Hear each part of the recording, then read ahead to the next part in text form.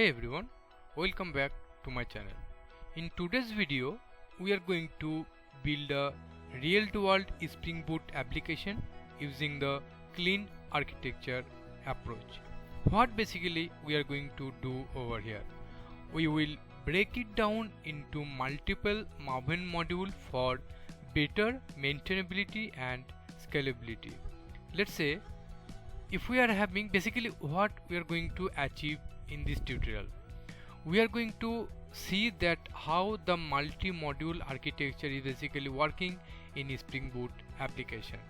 Okay, so for that we are going to break one application into multiple modules.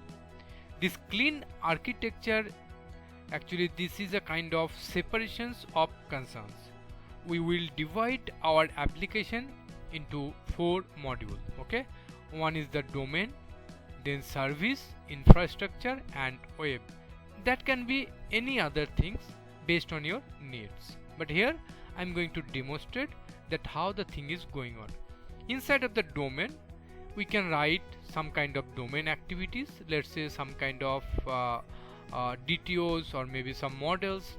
Those can be, we can add under this domain module.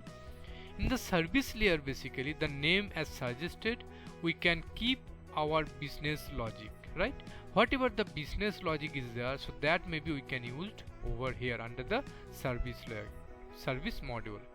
Infrastructure is basically kind of if we want to connect with the database, then JPA repositories, and like also if we want to talk to some external systems, then also those kind of activities we are going to track under this infrastructure module.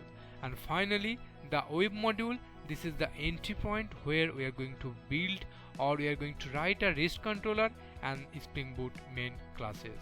So these are the basic kind of modularizations that we are going to demonstrate over here, that how we are going to segregate a big application into multi-module system. Okay, then is how we are going to defining this one.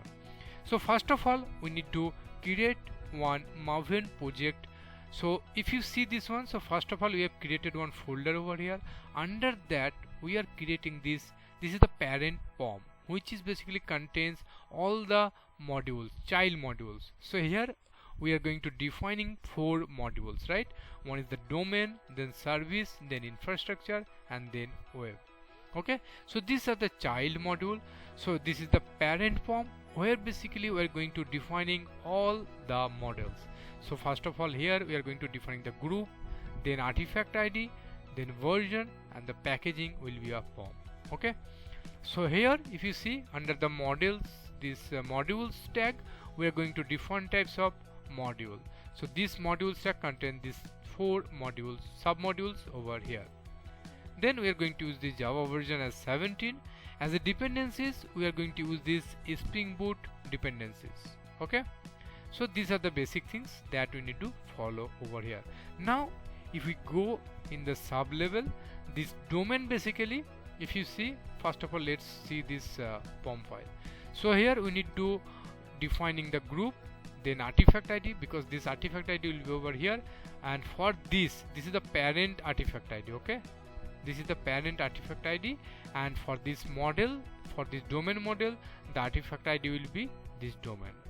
Okay, now so here basically if you see, we have just created one user DTOs.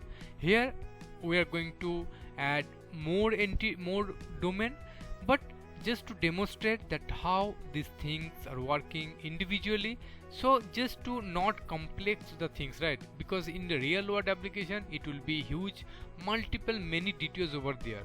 So as from the demonstrating this one, we are just trying to keep as simple.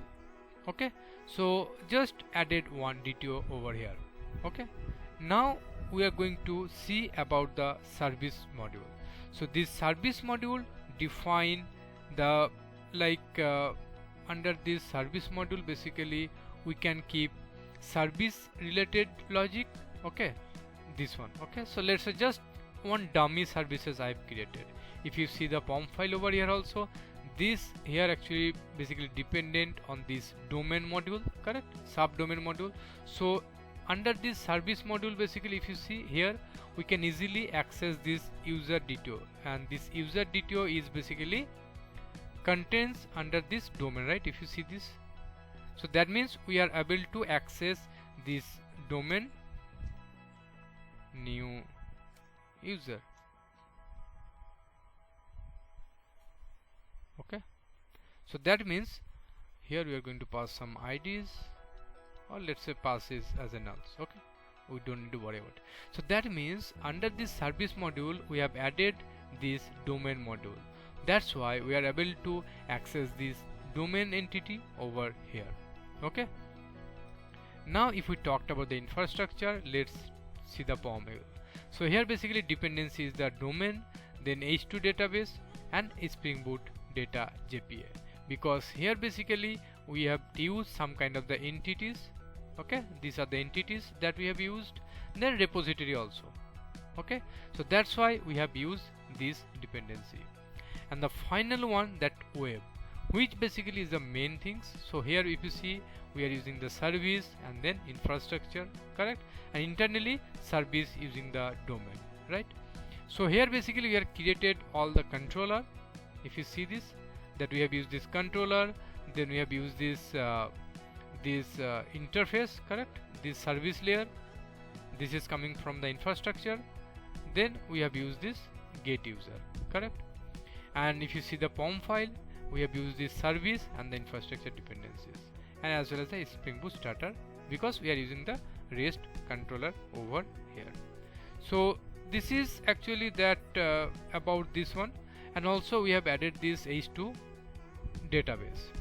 Now just to start it, we need to for enable JPA repositories we need to add this package, because otherwise it will actually, if we let's say run this application, okay, then it will be easy to understand.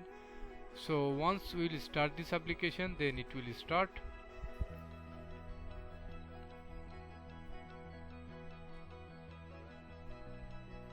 If you see, there is a found one JPA repositories, right, correct. Also H2 console is loaded, so that means it's working fine. Now if I stop this, and then let's say we are stop this one, okay, we are just not using this one JPA repository. Now if we start this, so then if you see, previously when we start this one application, then we see that found one JPA, but now it's saying that found 0 JPA, correct, because we have removed this base package scan.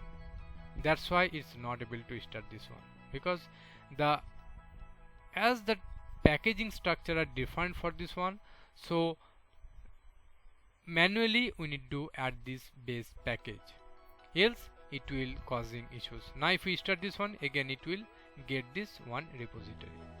Okay, so now it will application will start fine, it will be, there will be no issues. Okay, and how we are going to configure this H2 databases? For that, here is a application.properties file. So here if you see, we are defining this driver, then dialect and the console path. Okay, if you see, now the Tomcat got started in 880 port and the application got started. Now we can easily, basically we can easily access the controller, correct. We can easily use this controller, this one, this user, then ID. Okay, so this is actually about this, like how like we are going to structure our any Spring Boot application as a multi-module structure. So now, like basically if you see, this is basically working Spring Boot clean architecture project with modular structure. So this setup is basically ideal for large scale enterprise application, correct. So that's all about this tutorial. If you guys have like anything, please do let me know in the comment section. Thanks for your time. Don't forget to subscribe my channel. Thanks for your time. See you in my next videos. Bye bye.